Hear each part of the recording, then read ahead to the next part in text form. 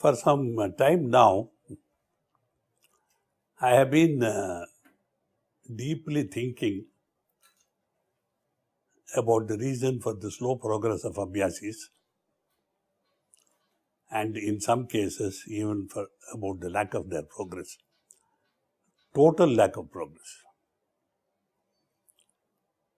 Of course, some are progressing well, but that too is perhaps more because of the personal attention that the master gives them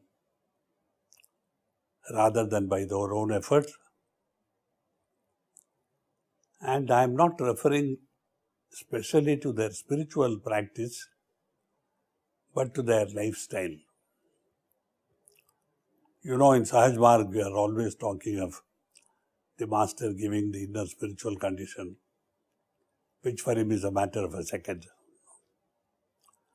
Whereas character formation is the responsibility of the abhyasi. I think in general, abhyasis conveniently think that maybe the master's role is 99% or more, and the abhyasi's role in personal character transformation or formation even less than 1%. I am forced to this, shall I say, conclusion, because that is how it appears to be, and people are not really serious about character formation or character transformation. Why I say this is because, as I said before, spirituality is given by the master and that cannot be doubted, you see. But their outer behavior, their outer lifestyle, the way they conduct themselves, their politeness or lack of it, and as repeatedly pointed out to me by abhyasis from all over the world, especially the behavior of those very close to me, what the outside world calls the inner circle. You know, I used to feel concerned, then I used to feel pained, now I really feel guilty. I feel guilty because the people close to me, my inner circle so-called, are one and all arrogant, proud, demanding, oppressive, authoritarian, and lack politeness. One and all. Of course, I keep telling them about this. Either they smile it off or they say, yes, yes, we will change now. But you know, recent affairs, especially when I was in Tirupur, immediately following dear brother Ajay Bhattar's revocation of his nomination to succeed me, it has shown the raw human nature at its worst. Gossiping, condemning, blaming, always others. Forgetting the principle that when you point your finger at somebody, one finger, three fingers are pointing towards yourself. So what to do about this, you see? How to make abhyasis realize that the master's responsibility or his, duty towards an abhyasi, if I should call it that, is hardly 1%, probably 1,000th or 1,000,000th of a percent. Whereas the abhyasi's role, responsibility in making himself, transforming himself, should be 99% or more. It's exactly opposite. Now, what are the consequences? People close to me think that because I keep them close to me, continue to keep them close to me, they are blameless. They are really blameless, and I'm only talking for fun or to show off or something like that, you know, like chastising a pet. And people who are away from me, but who are close to me in an inner sense, they stay away.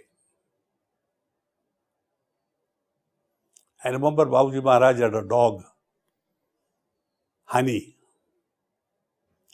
and he was not fond of dogs, but it was there and it remained there. It used to run around chasing the monkeys. And he used to tell me with a twinkle in his eye that, Honey recognizes Abhyasis. Because when Abhyasis come, they don't bark. He doesn't bark. Only barks at non-Abhyasis. And, I never understood the significance of Babuji praising this dog for this quality, that it does not bark at Abhyasis. A dog. And my people around me, they're all the time barking, shutting doors, putting away people, using my name for everything that they do. He is ill, he is resting, he is asleep, he told us no, so on and so forth and so forth. I get letters from very, very close, devoted Abhyasis who love me, saying I cannot come. And I will not come so long as I stopped. For them too, it is a need to transform themselves. Because as Babuji once said, two lovers cannot remain separated because the circumstances are not favorable. You know the old saying in English, love laughs at locksmiths. Doesn't mean it only laughs at locks. The locksmith is symbolic of every circumstance that can come between the lover and the beloved. You remember the old story of the man, who was so besotted with a girl that when she went out of town, he followed her. There was a river to cross and the river was in flood. He didn't know what to do, and then he found something like a log of wood. He took that log of wood and went across the river, and then he found a light burning in the house on the first floor. He said, that must be my beloved's room. And he saw to his surprise a thick rope hanging, and he said, oh, she loves me so much that she's left a rope for me. And he climbed up using it. And when he entered the room, the girl was stunned. She said, how did you come? He said, oh, there was a boat, there was a log of wood. I crossed the river and you have left this rope for me. And to their horror, they found that the log of wood was a human corpse and the rope was a python. Now, suppose that lover had been standing on the opposite side. I'm giving a deliberate twist in interpretation to the story. Suppose he had stood there waiting until the flood subsided. Then he found the water was muddy because it was a floody river. He waited till the water was clear. Then he tested it to make sure that there was no contamination. Then he crossed it. What would have happened? So for devoted, loving souls who use these excuses to not come near, I must emphasize that they are losing a great deal more than these ruffianly people who surround me and who keep people away. They too will not benefit. So what happens is that the dogs which bark at the visitors don't have anything, and the people who are turned away because the dogs are barking, they have no benefit. So lack of correct appreciation of what character transformation means. I get letters from wives about their husbands. He continues to drink, he continues to smoke, he continues to beat me, he is misbehaving with the children. I get letters from others, from a brother of an elder brother or a younger brother, that my brother is still indulging in various fantasies. He watches porno movies, he indulges in self-titillation, he is masochistic, and yet to the outside world, he looks something different. He will not change himself. He says these are something natural. Under pressure of inner psychic needs, these things happen. Then there are others who say, my children are being ill-treated. The father beats them regularly. Of course, for me, it is my destiny as a wife. So you see, people must understand that sadhana does not begin and end with the morning meditation, with the evening prayer, and the evening cleaning, and the night prayer. It is not the end. That is only the foundation of the practice. The superstructure of what has to be erected is a clean structure, well ventilated. That means behavior transparent. The man is transparent. If he is a businessman, he must have stopped cheating the government by evading taxes. He must have stopped cheating by adulteration of his products. He must have stopped cheating by using or selling expired goods. He must have stopped cheating his partners if he is a businessman. Are our people doing it? Or do they say, Saab, that cannot be done because there would be no profit? They must understand that profit is what legitimately comes by buying and selling honestly, sincerely, and correctly. Anything else you get by evading taxes, by cheating partners, is robbery. I'm sorry I have to put it in such strong terms, but our friends from the business community, our abhyasis, they often satisfy themselves by saying, Ye hoga nahi saab kabhi. This is not possible. Business cannot be done this way. I say, whole world is doing business this way. Why you cannot do it? Then a man says, no, sir, my wife denies me everything. She won't give me proper food. He doesn't talk about sex, which is the main thing between husband and wife in our society. If that is denied, marriage is failure. Is there a proper way of conducting your marital life? Whether it is social or sexual or in any way else to be harmonious? Should a man not respect his wife's needs, her privacy, her health condition, her moods, or just insist on what we call in India, in our legal language, his marital rights, that she must be available any time of the day, 24 into 7 into 366. Day or night, it doesn't matter. I was horrified to hear a story from an abhyasi long ago that after her child was born, on the third day or fourth day, her husband demanded sex. Third or fourth day. Know whether he is a husband or an animal or a brute. Who is to say? He says it's my right.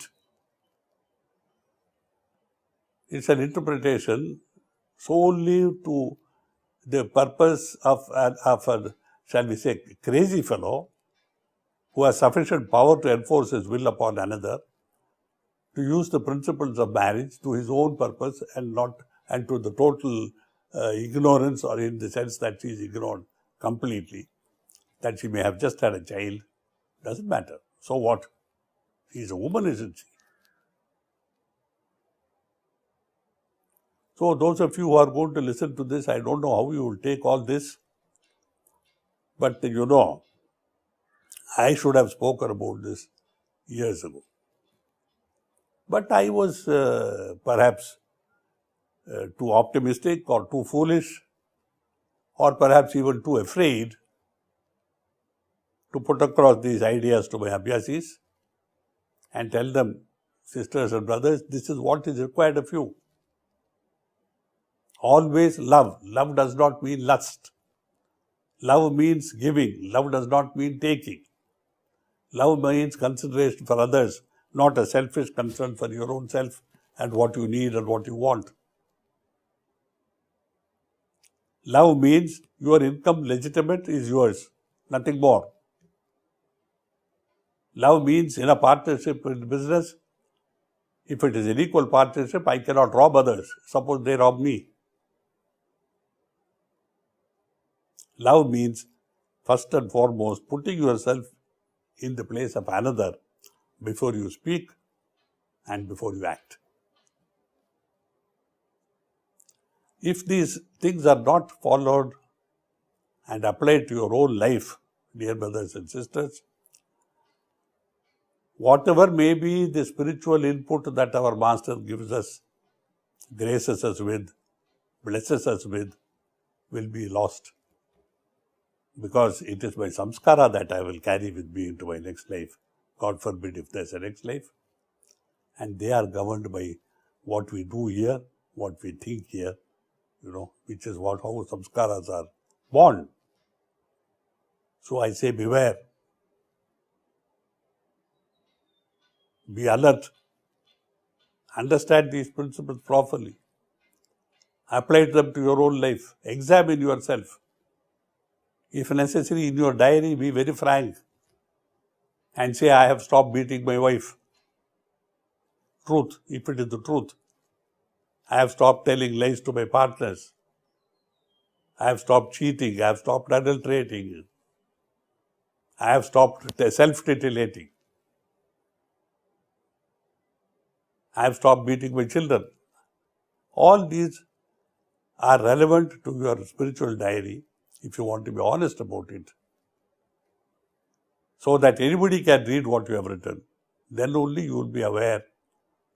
Because now, we live in the secrecy of our inner self. Nobody knows. So we have this question of personality problems. My personality is what I show out to the outside world. My true self is inside, secret, safely buried. And I am blissfully thinking that by Master's grace, I will evolve, I will go to the brighter world, etc., etc., etc.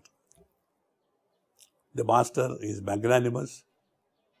He loves us. He wants to give us everything that he has. But his limitation is that unless the vessel is clean, he cannot put anything else into it. We are in a situation where the Master gives us, let us say, a 100-gallon tank of milk and 2 drops of poison, which is our contribution, ruins it. It is so potent. Human will, human endeavor is so potent. As Babuji said, you can train a lion to do what you want in 6 months. But it's impossible to train a human being over a whole lifetime unless he or she cooperates. What is the cooperation that I am now trying to emphasize that an Abhyasi should offer to the Master? Full attention to character transformation, knowing that the spiritual part is being attended to by him meticulously every moment of our life, with total concern for our spiritual welfare and our future. I exhort all of you who will listen to this to take it seriously. If necessary, read this again and again if it is available in written form, and apply it every moment of your life. Think 10 times before you address your friend. Think 20 times before you refuse somebody entry into my place to meet me. Do not shout. Imagine what it would be like if somebody shouted at you. Do not push people. You don't like to be pushed. Do not force yourself on your wife. And do not make negative comments all the time. There's no salt in this, there's no sugar in this, you are ugly. No. I don't want to see anything in you. Because by force of circumstances, call it health, call it whatever it is, I really cannot see any of you now beyond 6 feet. And by seeing your spiritual condition, if I am able to do it, is of no use. Because what is going to carry you into the next level of spiritual welfare, spiritual achievement, is you yourself. I pray for all of you. Thank you.